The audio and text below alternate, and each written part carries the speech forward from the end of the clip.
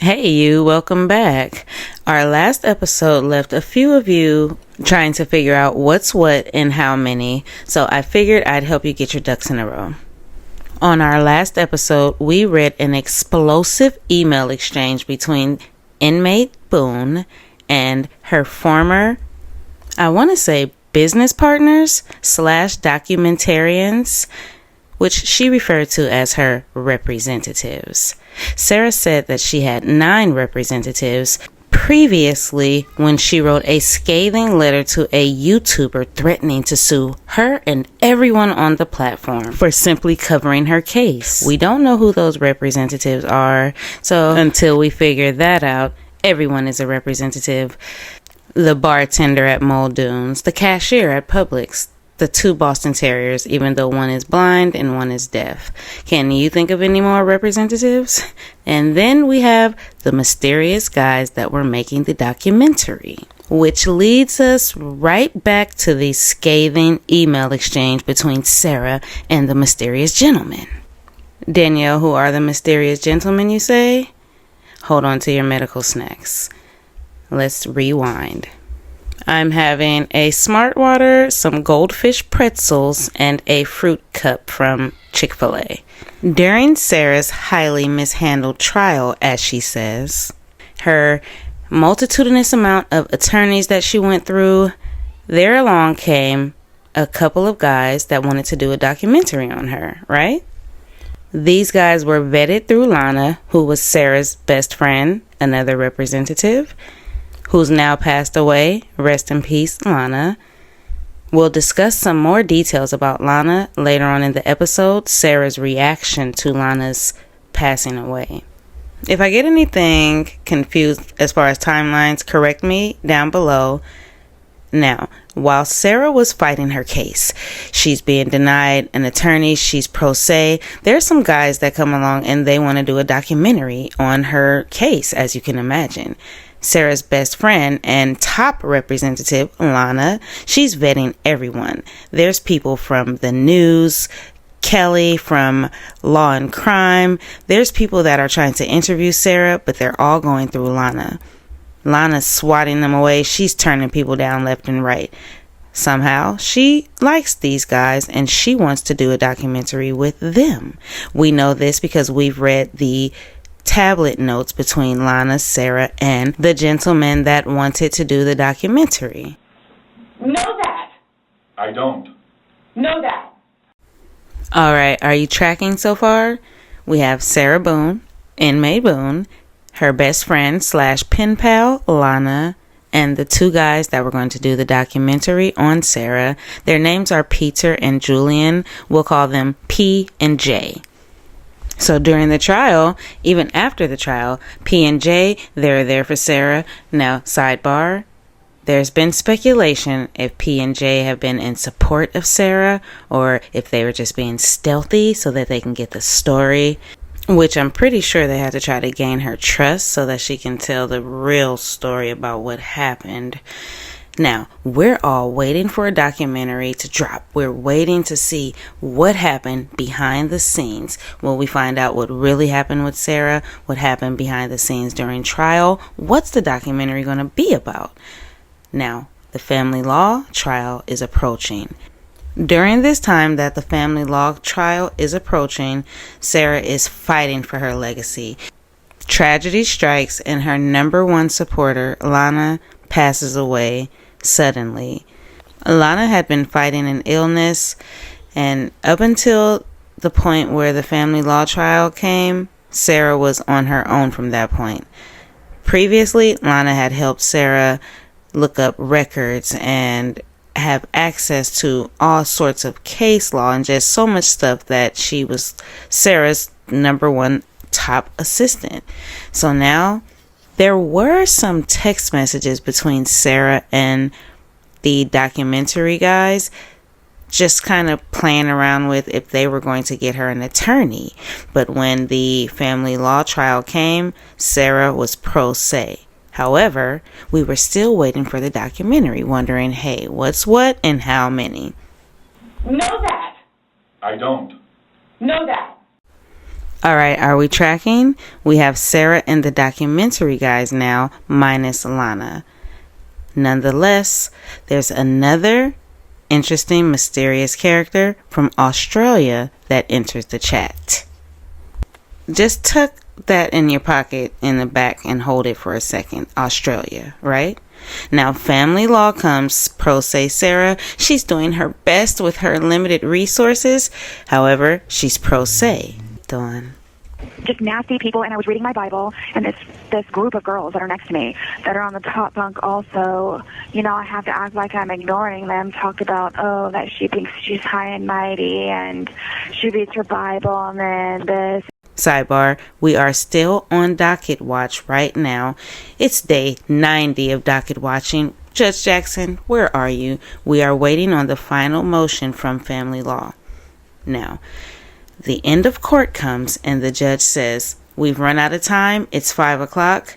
Sarah, you've been rambling on.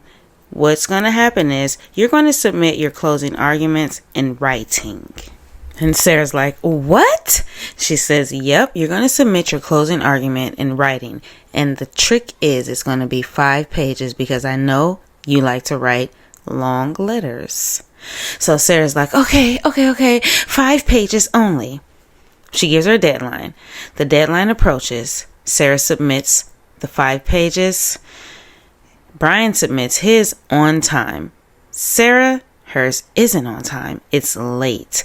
We were all waiting for her closing argument to post. Finally, it posts. But it was cut off. It was incomplete. So we're still waiting. We didn't understand, but we're waiting for the closing arguments. We're waiting for the final motion. A few weeks pass by, and suddenly more documents hit the docket. Sarah's closing was ajar. It wasn't quite closed yet. She still had a few more things to say. So she uploads a few more pages to the docket, more than what the judge says. But here's where, now remember, pull Australia back out your pocket. Sarah uploads a document to the docket saying that her representatives in Australia and New York had totally messed up her closing argument and not submitted all the pages. We still don't know why she sent her closing arguments on an international tour.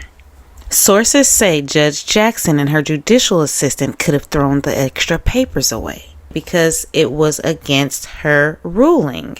Now, Sarah uploads this document stating, hey, Your Honor, I did not approve of that closing. I sent it to my representative in Australia to complete. They sent it to New York to mail off to you. New York, someone in New York must have taken one of the pages off without my permission. They wrote and signed the certificate of service without my permission. Essentially throwing the person in New York, the representative in New York, under the bus, right? Stick with me. Remember I said we've been waiting 90 days, right? So within this 90-day period, it's been totally quiet. Crickets from Judge Jackson. We haven't heard a peep from her. We've been docket watching and wondering what's going on. So then one day, a mysterious channel pops up on YouTube. Shout out to the Third Rail. This mysterious channel comes on and it unloads and unleashes some crazy Sarah never before heard phone calls and her 77-page journal, her life story in her own words. Ugh. These calls were crazy.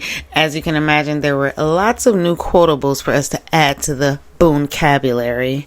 Hellacious, point blank, straight between the eyes, non-stop bitchs all day. We're hearing behind the scenes how Sarah is living large at Lowell, right? Then there's some background noise. There's some stuff going on with the creators. There's some disputes going on with creators, and the page shuts down.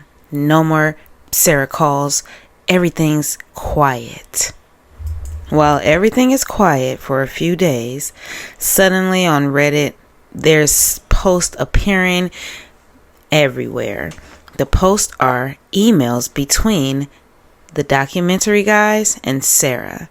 And that's what got us right here. That's what got us to our last episode, how we got the emails from Reddit. Shout out to my email crew. J-Mac, shout out to you. Hey, J-Mac. Christina, Ben, and Ann. Everybody has been emailing me this stuff, frazzled, trying to get their ducks in a row. So, are you tracking so far? We have Sarah and the documentary guys after family court and her blaming them for her missing page in her closing argument, even though we are still on Docket Watch and we don't know what happened to the final pages. Did Sarah overreact? I'm guessing that she did. My money is on Sarah was in compos mentis. The judge was very clear in court. She said, Miss Boone, it's going to be 5 pages. 5 pages? Sarah submitted was it 7 pages? Let me know in the comments. I think it was 7 pages that she wanted to upload. So if she did have someone else mail her closing, right? And that person knew that the judge said 5 pages or else, maybe they did probably say, hey, let me pick out the most important pages and just go ahead and submit this. The judge said 5 pages. Everyone isn't just so keen and overzealous to go against the judge's orders like Sarah. Dear Michael Kranick, what she say? Your ignorant mind was already made up. Not everyone is just willing to break the judge's rules. So either the person that she ordained to submit her closing arguments shaved off a few pages, or the judge and her judicial assistant tossed them in the trash. We're still waiting on Docket Watch to find all of this out. Thank you for pillaging with me. I don't say it enough, but I really appreciate you. Where are you watching from? What time is it? I need to put stars on my map. We can't let Sarah have more stars than us on our map. Make sure you let me know where you're watching from in the comment section. I can't believe we've grown to 6,600 straight A students and scoundrels. You guys are top of the class. Now, where were we? We were at the closing arguments and that whole kerfuffle where Sarah's throwing everybody under the bus except for the Australian representative. I think the Australian representative is okay in the clear because she met her deadline. Now, this closing argument was on a worldwide international tour. It went from Florida to Australia to New York, back to Florida. It was late, and many of us feel like it shouldn't even be accepted. The judge should just make her ruling on her own volition. Nonetheless, we believe she's a fair and neutral, partial judge, and she will probably accept Sarah's late closing. Will she accept the late closing? We are waiting to see. Now, in this short time that we're docket watching, this 90-day period, if you haven't listened to our last episode where the calls drop, they disappear, you better run over and keep up with the convo, catch up, because we have been keeping busy while we're waiting for Judge Jackson. Some of you have been a little frazzled while this 90-day period, and someone left in the comment section that it could be up to 180 days. I don't want to get you upset right now. We'll talk about that later. Back to the calls. We're hanging on the edges of our seats. The documentary guys have decided to come to YouTube and bring us the footage, the behind the scenes, everything we didn't get to see from Sarah Boone during trial, and while she's dancing with the BITCHs behind the bars at Lowell and up into her family law case. My medical snacks are wearing off, so I hope I was able to break that down for you just a little bit so you can follow as we cover and pillage and docket watch. Speaking of docket watching, I may just have to contact some of my sources and reach out to Judge Jackson and let her know we need to hear from her this week. This week coming up, we need a final motion by this week. Don't worry, you guys. I'll reach out and see what I can do. Boots on the ground. Okay, so if you made it this far, I think the last thing regarding Sarah finding out about Lana passing away. Pretty much one of the documentary guys emailed Sarah simply and just said, Lana passed away. She responded literally gleeful. It's sickening. Her subject is mourning, exclamation. Everywhere online, because he said Lana passed away. It's everywhere online. She responds, everywhere online? It's just Lana. She completely glazes over that and says, is anyone available to let me know what has or have not been done, please, for my family law case? Please. I have 13 days left. I know, too, everyone has their real world lives. I do, which I'd like to one day have to also, please. And I don't want to seem emotionless. Good luck with that. But if you could please just tell me what I need to do and worry about on top of everything else, in quote, preparation of everything meaningful in my life to be taken away. To be taken away in 2 weeks, please. I'm just sitting here with a perpetual question mark, guessing what my demise for the day, week, month, year, and counting. Please. Then I'll leave everyone alone and figure out what I can. Please. Is a call at all possible sometime today? 30 minutes? Please. Sorry for the over it attitude. I'm sure you both are also. No matter, I am thankful for you. I pray everyone is hanging on and getting through it, whatever it may be. At least we have each other. Thank you. And that would be her response to finding out her number one top dog, best friend, number one representative passed away. There was a big, long email and, one sentence was dedicated to her. The gentleman emailed her and said, Lana passed away. It's all over the internet. Her response was a cheerful morning, exclamation. Everywhere online, it's just Lana. How tacky and distasteful. She goes right on, skips over that, says some other nasty stuff, and just says, is anyone available to let me know what has or has not been done, please, for my effing family law case? Please. I have 13 days left. You guys want to read that again? If you made it this far, you know I appreciate you, and I will definitely see you on the next episode. For now, let's rewind and read that one more time. Bye. She responded, literally gleeful. It's sickening. Her subject is mourning, exclamation. Everywhere online, because he said Lana passed away. It's everywhere online.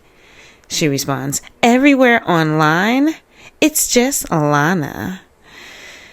She completely glazes over that and says, is anyone available to let me know what has or have not been done, please, for my family law case? Please. I have 13 days left. I know, too, everyone has their real world lives. I do, which I'd like to one day have to also, please. And I don't want to seem emotionless. Good luck with that. But if you could please just tell me what I need to do and worry about on top of everything else in quote preparation of everything meaningful in my life to be taken away. To be taken away in 2 weeks, please. I'm just sitting here with a perpetual question mark, guessing what my demise for the day, week, month, year, and counting. Please. Then I'll leave everyone alone and figure out what I can. Please. Is a call at all possible sometime today? 30 minutes? Please. Sorry for the over it attitude. I'm sure you both are also. No matter, I am thankful for you. I pray everyone is hanging on and getting through it, whatever it may be. At least we have each other. Thank you. And that would be her response to finding out her number one top dog, best friend, number one representative passed away. There was a big, long email and, one sentence was dedicated to her. The gentleman emailed her and said, Lana passed away. It's all over the internet. Her response was a cheerful morning! ! Everywhere online, it's just Lana. How tacky and distasteful. She goes right on, skips over that, says some other nasty stuff, and just says, is anyone available to let me know what has or has not been done, please, for my effing family law case? Please. I have 13 days left.